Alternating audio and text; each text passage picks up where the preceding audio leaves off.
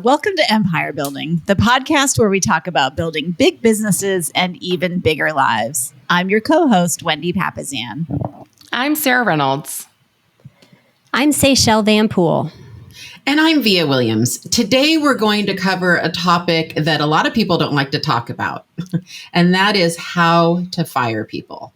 Ooh. And how to do it the right way. It's probably the hardest part of being in business. I think we can all agree. Mm-hmm. And, yes.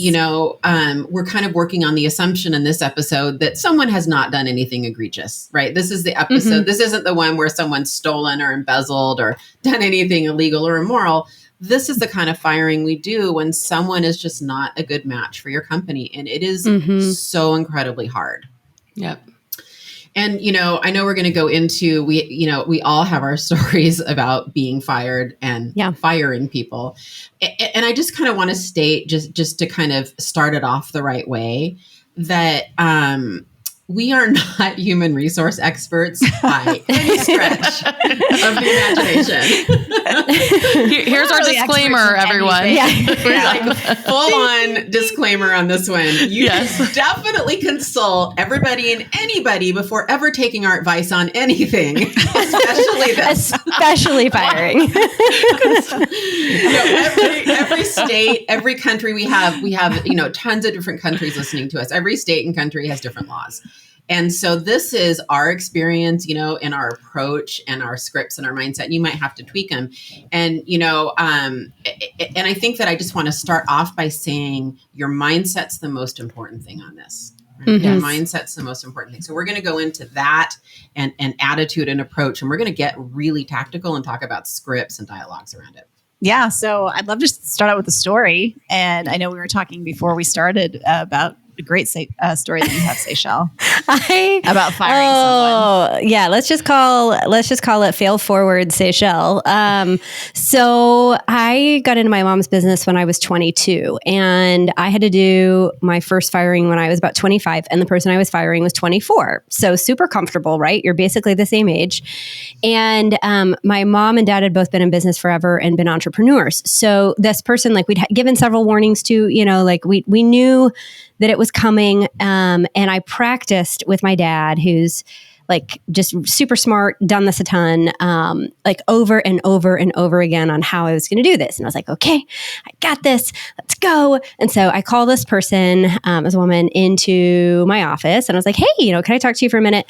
And so I pull her in, I close the door, and then I start getting the hot sweats. I start getting really nervous, and kind of like Mary Gallagher, so nervous. So this was your very first time, right? This is my very first time ever firing someone. Okay. She was a firing virgin at this point. Yes, I was a firing virgin. And so I shut the door, and now I'm sweating, and I'm really nervous, and you can feel the air suck out of the room. So I sit down, and we have these two little club red chairs. She's in one, I'm in the other. We're facing each other, and I start telling her, I have a difficult conversation I have to have with you. And then I get the lump in my throat.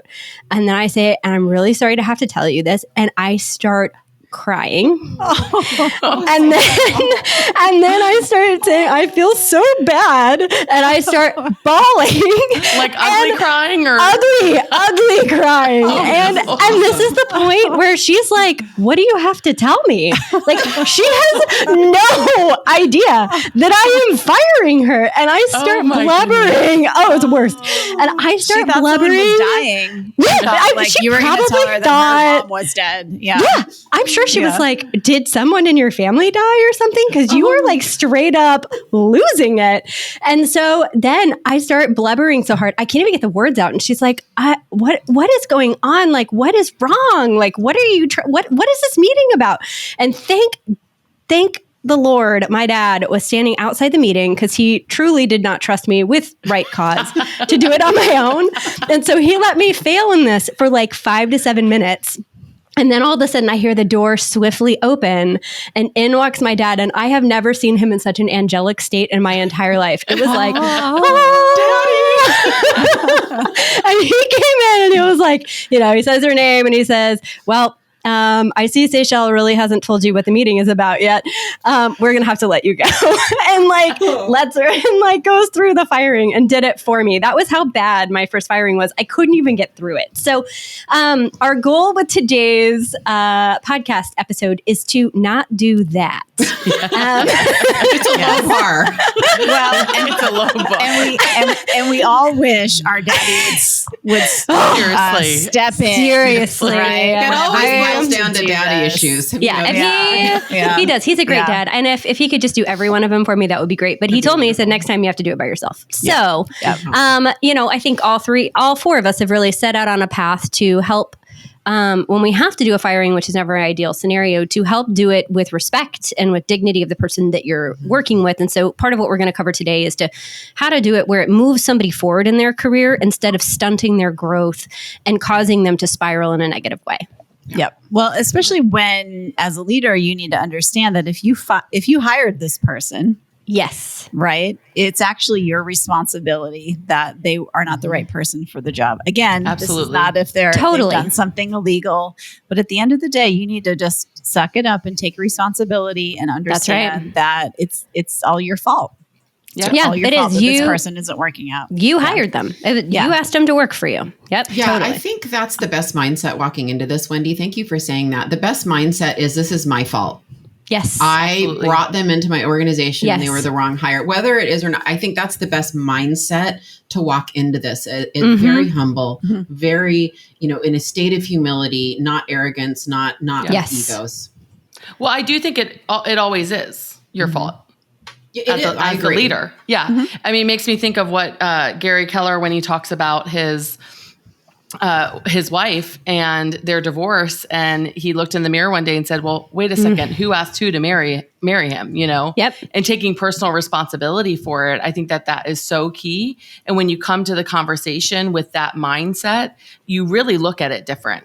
So number one, you need to own your part in it not working out. Right? That's right. Before Yeah. you have the conversation.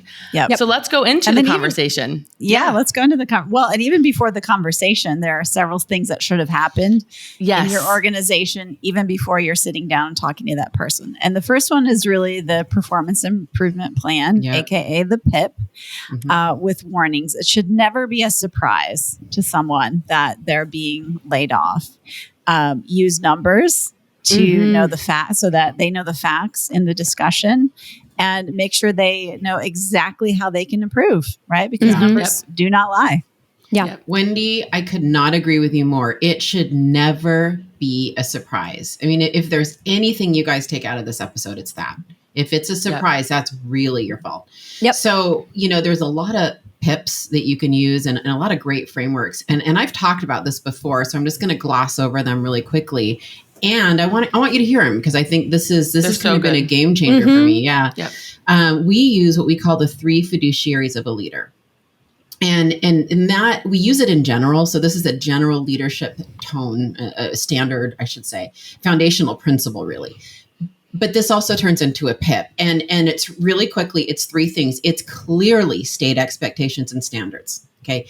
This is, by the way, number 1 is where everybody falls down. Number 2 and 3 are pretty, you're probably doing better by now if they're struggling. Number 2, are you really, really communicating the standards and expectations?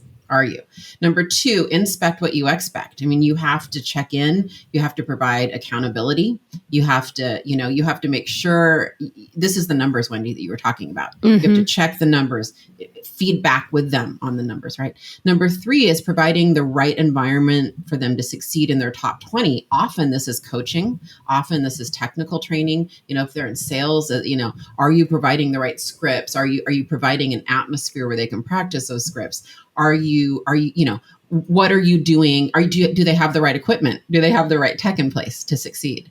And Sarah, I love your 4th, which is really kind of a 3B, but it's just a great, I'm glad you pulled it out and did a 4th.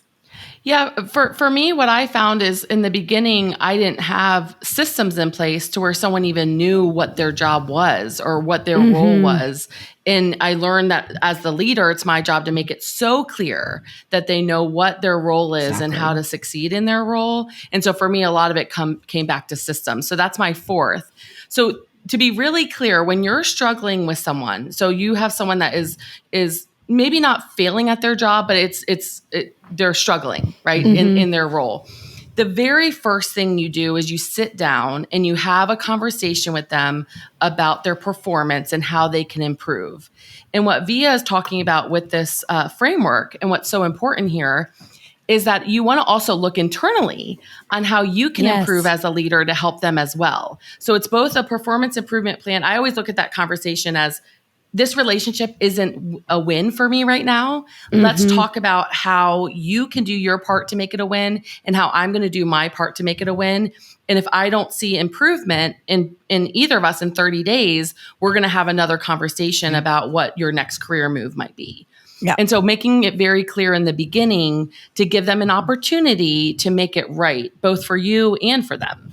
So that's absolutely number one. And then following up with that conversation with an email in writing, just so everyone's really clear. So good, because Wendy. sometimes you can feel like you have a conversation. Yes. And you were very clear about it. And then they didn't feel that way at all. You really are an HR expert. That sounded really legit.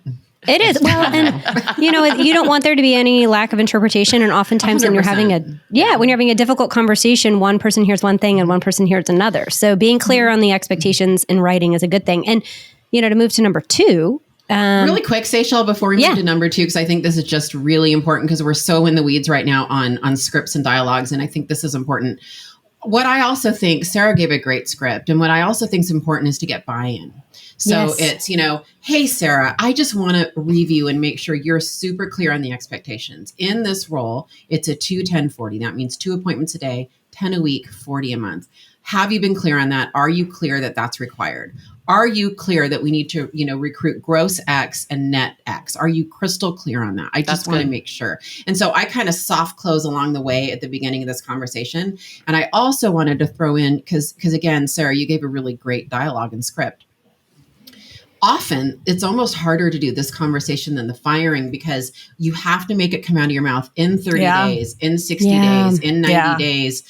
We're going to have to terminate your position if we don't hit it. That's the hardest part. That's almost the pre-firing. And it takes bravery to do it at the pit time, but you have to give them the consequence. It can never be a surprise. So I just wanted to kind of, I felt like that was important enough. And when you're a leader of an organization, it is kind of like parenting, kids really without understanding the consequence don't know where the boundaries are. Yeah. So it's important, so I am going to go to number 2, and I'm actually going to tell you what number 2 is, because I'm getting better at this. It is to have a plan. And that means you don't walk into the firing conversation winging it. You don't walk in saying, well, I've done this a million times. I can do it. Or, it'll be fine. Or, I decided late last night that this needs to happen. So first thing in the morning, I'm going to do it. Like you need to have a plan. You need to write out what you're going to say. You need to practice it. And then honestly, you need to walk into that meeting. I always encourage, again, not an HR expert, but I always encourage you to have a witness in the meeting. So oftentimes the person I practice with is also the person that walks into the meeting with me, so that if I don't touch on something or I have trouble, not that my dad does it every time with me anymore, but I do think it's important to have, that was a good lesson for me in understanding that sometimes having a witness is a really important thing when you're having to do a firing conversation. Well, I would just say that's, because we're in the middle of COVID right now, and that can be challenging when everyone's working virtually. So at the very least, you should record it on Zoom. Yeah, exactly. That's actually a gift, honestly, from COVID, is that you can record these conversations so you have exactly what was stated. Yep. Well, that leads to number 3, which perfect segue here. Ideally, in a non-COVID world, we want to be in person. Yeah. So you want to have this conversation in person. And if you cannot have it in person, like we just said, go have it over Zoom, record it. But being in person just makes such a difference, where they can see your face, they can see your care, and also they can see your directness in terms of what you're talking about. So number 3 is be in person when you're having this conversation as much as you can, obviously. Yeah. And there is a reason, there's a practical reason for doing it in person. And that is you're hopefully doing it at the site of their employment. And so you can accompany them if need be to their desk and, and do all the stuff. Right. So, I mean, even in COVID, depending on what phase and if we're safe and everything, people are still having some interspersed one-on-one meetings. And this is the time to have one if you're going to. Absolutely. Number 4, be brief. Yep. Love it. Number 5. There you go. Thank you. Be clinical in your words and compassionate in your tones, which is really uses few words as possible and be very, very clear. For example, not we're letting you go, but we have terminated your employment and today is going to be your last day. Really, you don't want to leave anything open to interpretation. Mm-hmm. You don't want to come in the next day and they're there. They're there. Yeah. Has that happened? Letting you go mean? Well, I mean, Milton. I mean, Milton kept coming back for his stapler from Office Space, right? Like, I mean, has that happened to you? I had one that texted me every morning for the next week. Like, can I come to work today? And I was like, I don't know. You should ask your new boss. Like, why are you texting me? Like, I'm no longer your boss. So stop texting me about work. But yeah, make it very clear in terms of that this is, you're no longer employed here. Mm-hmm. You know, I actually read something in preparation for this episode, and I tweaked my script a little bit. I read something on the Harvard Business Review when I was doing my research, and it said, be sure you state this in past tense so that they don't think there's time to change your mind. We have terminated your employment. I wasn't saying it. I was saying, like, we're going to be terminating your employment today.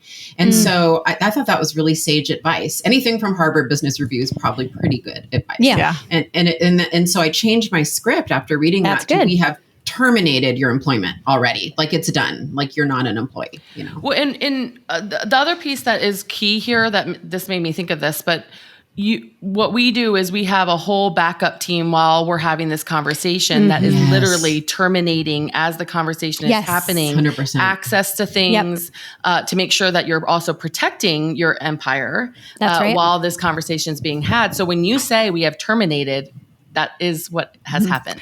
Well, and I would just say that a lot of our listeners, Sarah, they don't have a big team of operations staff behind them that's able to do that.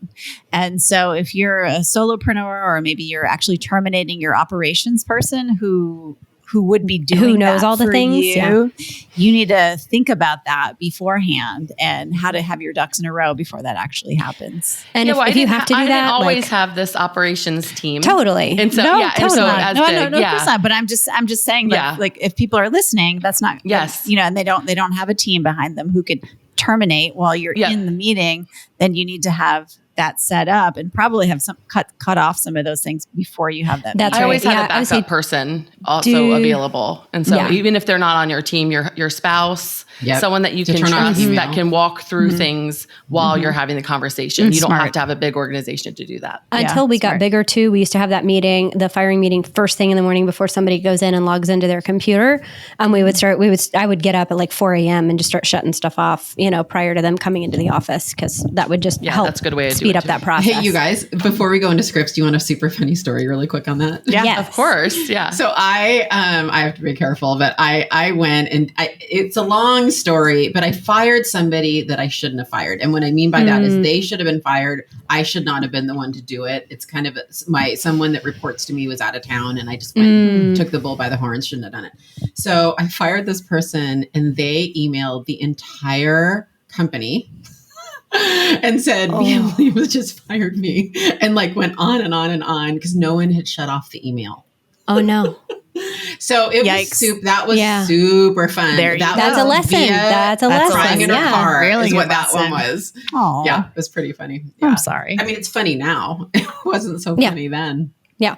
Well, let's get into some scripting, because I think that this was the hardest thing for me to learn was how to say it. The physical conversation. How to have the actual physical conversation. And I think that's where Seychelle shared about her first one, is that really didn't know the words I'd always viewed, and I will disclaimer this, like I am, how many of us have actually been fired on this podcast? I have. Who else has? Via has. Okay. Yeah. So we both have been fired once. So we're coming from a place of like, we've also been in the other side of this conversation. But I also want to make sure I'm really clear with this, that without understanding how firing happens and how it can, in the mindset conversation that Via said, free somebody up to a better opportunity in their world, to free them up to do something that really is better for their strengths. I just viewed it as a very confrontational, negative, nasty experience. And so all of my emotional release was me having a tremendous amount of like PTSD from having a really terrible firing experience myself. And I thought that just is how it went.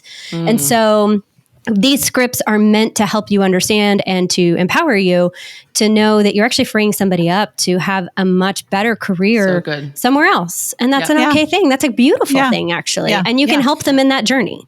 Yeah. And because nobody wants to be in a job where they're not succeeding. Yeah. If you're they holding know them back. that they're not succeeding, they're waking up every day and they don't like their job. Let's let them go and help them move on to their next opportunity where they're the right person in the right seat on the bus. Because there's That's no such thing as exactly right. a wrong person. They're just the wrong fit for the job.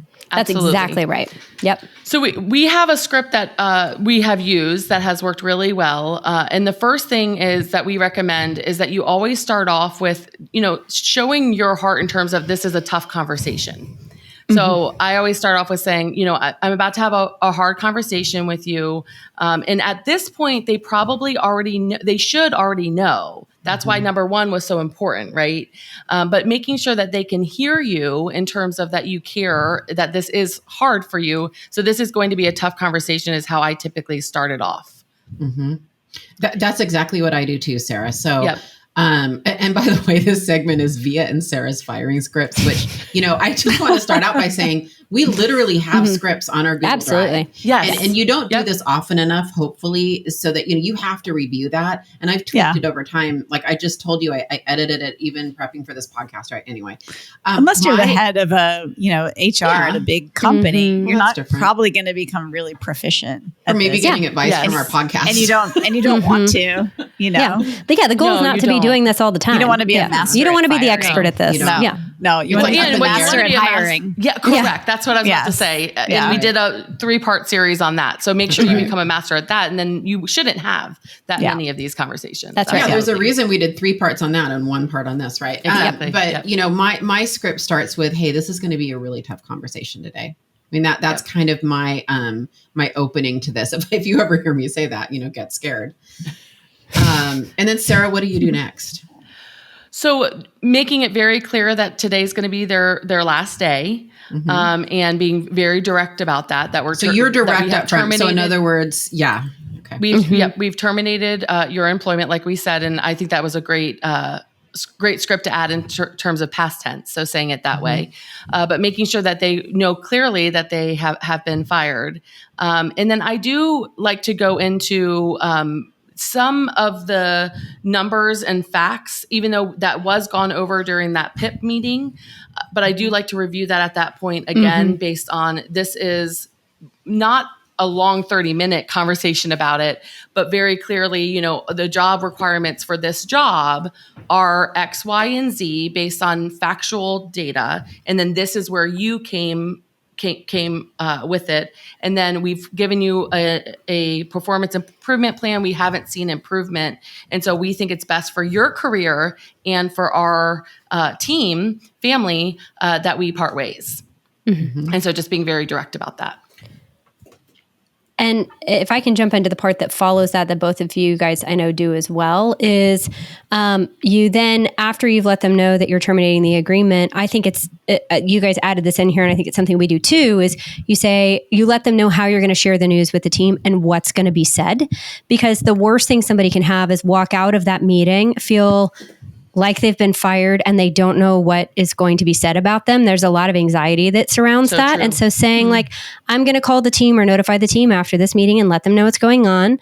And this is what I'm going to tell them. And we actually I think all 4 of us write out specifically what we're going to say about this person, right? That you're an amazing person, that we think you're awesome. And here are some of the strengths we see in you. And we're going to do everything we can to help you, or whatever it is. But you want to be clear on how they're going to be portrayed. So there's not a feeling of, embarrassment or rejection that's coming with this meeting. Shame, that's a great word, this. And so I think it's setting that expectation is a really positive part of the experience. Yep. Yeah, Seychelle. And I think that the framework part of this, like if you're like me and you kind of want to know what the outline is in your head, I think that the outline is this is going to be tough, like an empathetic beginning, go right into the facts. Basically you're being fired. No questions. And then what I like to do, because your amygdala takes over at this point, it is one of the most traumatic times in your life when this happens. I'm very sensitive to that. Yes. So I go into the logistical facts right away. So Sarah, I do a little different than you, and I love the way you do it. There's no right or wrong. I actually move right into, so it's like, Sarah, this is going to be a tough conversation. And, we've terminated your employment. Today's your last day. You don't have to do any more work today. Okay. And, and I move right into, I'm going to go over through some logistics right now, Sarah. And at the end of this convo, you can ask me some questions. Okay. And then I go through and say, Seychelle, that's part of it. I talk about, are they going to turn in their card key? All the things that are going to happen. I'm very specific about our timing and our tasks. And then Sarah, like where we're different is at the end, I say, do you have any questions? And I'm super prepped for like that conversation that you talked about. So there's no right or wrong. It's just a slightly different rhythm to the conversation. Yeah, no, that's great. Like we said, we don't want you to be experts on firing. So there's different ways that you can definitely do this. So I love that, Via. Yeah. I do like to end the conversation. Logistics are super, super important. I do like to end the conversation. I like positivity in terms of understanding someone's future. And because I believe in taking personal responsibility as the leader, many times I have seen their strengths with working with them. Yes, I've seen where they have fallen short, but many times I've seen their strengths. And I always like to end the conversation with recapping where I see how strong they are and what type of career and or what type of leader might be best for them based on the strengths that I saw. And that's typically the last conversation that they have with me. And then we do want to make sure that we get all items back from them, that we walk them out. I think that's very important. And then make sure that you're protecting the security of your office space. I do think you just need to be a little bit careful about lavishing a lot of praise on someone, though, before they're going out the door. Yep. Because that can be, and I know where your heart is, Sarah, but that can really be misconstrued. And people may not understand, like, well, gosh, you just said how great I was. I don't really understand why I'm being fired. And well, so typically, that's really good. That's really good, Wendy. Typically, I also help with like connecting them to the person that I think would be good for their next career. I put a lot into it. There's no way for them to construe that conversation when I have it because they're clear that they're now seeking employment other places. And I actually help them. And that's just my way of doing it. I think all four of us do that. Yeah. I mean, I think all four of us have launched a lot of other people's other careers that may not have been the right role or the right environment in our business, but might have been a perfect fit for somebody else's organization that we know really well. And we can be a conduit for that. Yep. No, and that was good, Wendy, because that was number 9. Be careful not to over sympathize, right? And that sort of goes with that. So I think that was key there. So for sure. And, remember going back to number 8, which we skipped, which I do think is important, listen to them. Even if they're very angry, you will learn a lot. You'll learn a lot. And this is the time to listen. I actually don't enter into too much dialogue. I'm into very brief. This is a tough meeting. We all want it over with. They want it over with. They don't really want it lagging either. Yeah. And so when they start asking me a lot of questions, typically what I'll say is, hey, I want to be helpful. I don't think this is the time. Why don't you go, calm down. Let's get your stuff. Okay. And if you still really want my feedback after a couple of weeks, let's connect. And I mean that. I really do use that script because I don't think that's necessarily the time to go into all that. They are literally a part of their brain. Their amygdala has taken over and they are in fight or flight mode. And it is really hard to absorb information at that point. Very sensitive to that. So number 10, you said it, Sarah, or you said it, Wendy. One of you guys said it. End on a positive note, right? End on a positive note. And on a positive note. Yep. We all have our scripts. Mine is, hey, my feeling is that we're leaving on good terms. And this is when I kind of go into messaging. Is there anything in particular you'd like me to message to everybody? Is there a way you'd feel comfortable frameworking this? Otherwise, this is what I'm planning to say. And that's my that's great script. Yep. Love that. Yep. Yep. And then number 11 in the last part is how you tell the team. So you do want to, we believe in being very transparent in our leadership in terms of letting the team know. And typically, I believe in calling the key people, especially the people that have worked closest with them should know first. And then there is some type of announcement typically made at a team meeting or something like that. But making sure that the way that you're presenting it also leaves some type of respect in terms of for them and obviously for the team as well. For sure. So yeah, you disagree with because that? remember, there's no wrong person. There's only Yeah. a wrong person for the role, and everybody has unique gifts and talents. Yeah. And your So team Sarah, is you watching announce you. it like at office meetings. Do you kind of Yeah, it's one of my biggest sort of pet peeves that leaders to me, that lacks transparency when we don't, like they're just wondering what's going on with someone or what happened with someone. And I believe in being upfront with the entire team in terms of that. So I know that's sort of controversial. No, yeah, I do it too. But that's the way that I do it. That's I don't why think you saw that's my controversial. reaction. Well, it is controversial. Oh, it's very controversial. Yes. Many corporations do believe in not having an exit announcement. My kind of failing forward on that one for the record. I like to verbally say it. I don't put it in writing. That is not a memo. That's not an email. Yes, That's exactly. not Yeah. No, And I agreed. think you have to be very careful what you allow to be said about the person. So I think you have to really set the tone in that meeting that this is going to be, we're going to be positive and here's what I expect from you guys, because believe me, your team is watching how you treat that person on the way out the door, because they're going to decide how they're going to be treated if they ever leave and what you're going to say about them. So you need to make sure you control the messessage and the tone 100%. very tightly on that. Yeah. You cannot overshare. This is time to be very respectful, very brief, and as transparent as you can up to the point that's appropriate. Exactly. Yep. Very good. Well, guys, this was a really, really tough topic, that I think that, all of our collective experience is just great. I don't know that this is talked about a lot. So I really appreciate this episode. And I actually learned something. I think that, how do you know if you fired well? Well, they don't hate you. I mean, there's an initial period of getting over it. And down the road, if you look down the line of different people you've let go, if you have a good relationship with them right now, you've probably done a good job. And so, some of the things we went over today are, what do you do before you fire so that it's never a surprise? Wendy said it really well. It should never be a surprise. Yeah. And then what's the structure of that appointment? And then we really went into the weeds on what our various scripts are. So if you have someone to let go, I would recommend listening to this a few times, because hopefully you're not doing it often enough to necessarily memorize all of it.